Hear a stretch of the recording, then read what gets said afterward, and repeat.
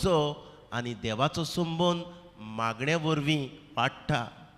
म्हजे सवे हांव म्हाकाच नाकारून ह्या उपासांतल्यान हांव देवाक ओदीक लागीं येता।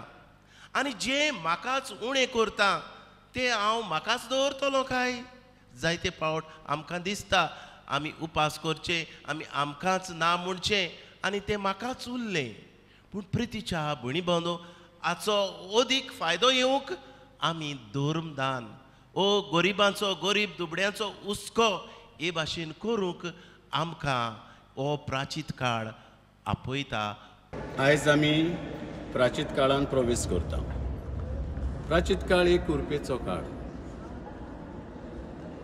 अशें दुसरे काळ सेवा धर्माचे कुरपेचे काळ न्हय अशें म्हूण न्हय, पूण हो खिरीत कुरपेचो काळ। कित्याक आमचे वतीन, मनशां वतीन आमी देवाशी परतून येवंक प्रयत्न करता।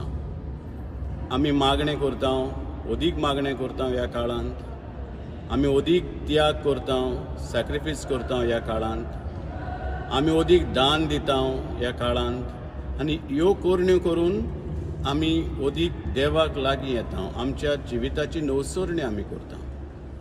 आनीक एक म्हत्वाचें म्हळ्यार आमी ह्या काळांत ह्यो सगळ्यो वस्तू, ओत्मीक वस्तू आमी बरोबर करता, एकामेकाच्या सांगातान करता, एकामेकाच्या आदारान करता।